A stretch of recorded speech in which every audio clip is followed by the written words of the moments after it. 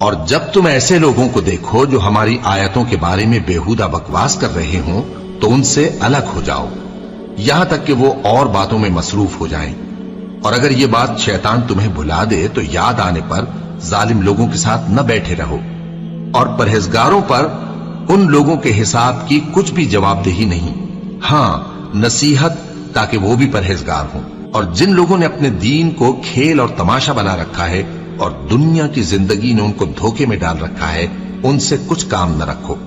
ہاں اس قرآن کے ذریعے سے نصیحت کرتے رہو تاکہ قیامت کے دن کوئی اپنے اعمال کی سزا میں ہلاکت میں نہ ڈالا جائے۔ اس روز اللہ کے سوا نہ تو کوئی اس کا دوست ہوگا اور نہ سفارش کرنے والا، اور اگر وہ ہر چیز جو روئے زمین پر ہے بطور معاوضہ دینا چاہے تو وہ اس سے قبول نہ ہو۔ یہی لوگ ہیں کہ اپنے اعمال کے وبال میں ہلاکت میں ڈالے گئے، سو ان کے لیے پینے کو کھولتا ہوا پانی اور دکھ دینے والا عذاب ہے، اس لیے کہ کفر کرتے تھے۔ کہو کیا ہم اللہ کے سوا ایسی چیز کو پکاریں جو نہ ہمارا بھلا کر سکے نہ برا؟ اور جب ہم کو اللہ نے سیدھا رستہ دکھا دیا تو کیا ہم الٹے پاؤں پھر جائیں؟ پھر تو ہماری ایسی مثال ہو جیسے کسی کو جنات نے جنگل میں بھلا دیا ہو اور وہ حیران ہو رہا ہو، اور اس کے کچھ رفیق ہوں جو اس کو رستے کی طرف بلائیں کہ ہمارے پاس چلا۔ کہہ دو کہ رستہ تو وہی ہے جو اللہ نے بتایا ہے، اور ہمیں تو یہ حکم ملا ہے کہ ہم اللہ رب العالمین کے فرما بردار بنے،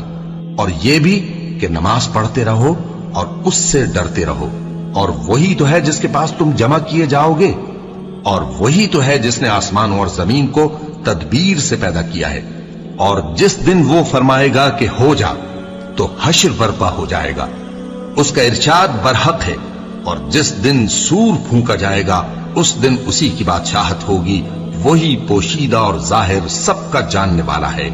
اور وہی دانا ہے، خبردار ہے۔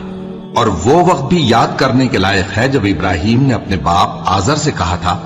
تم کیا بتوں کو معبود بناتے ہو؟ میں دیکھتا ہوں کہ تم اور تمہاری قوم کھلی گمراہی میں ہو۔ اور ہم اس طرح ابراہیم کو آسمانوں اور زمین کے عجائبات دکھانے لگے تاکہ وہ خوب یقین کرنے والوں میں ہو جائیں۔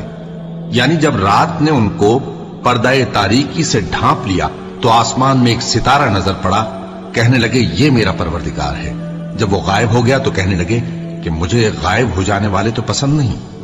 پھر جب چاند کو دیکھا کہ چمک رہا ہے تو کہنے لگے یہ میرا پروردگار ہے۔ لیکن جب وہ بھی چھپ گیا تو بول اٹھے کہ اگر میرا پروردگار مجھے سیدھا رستہ نہیں دکھائے گا تو میں ان لوگوں میں ہو جاؤں گا جو بھٹک رہے ہیں۔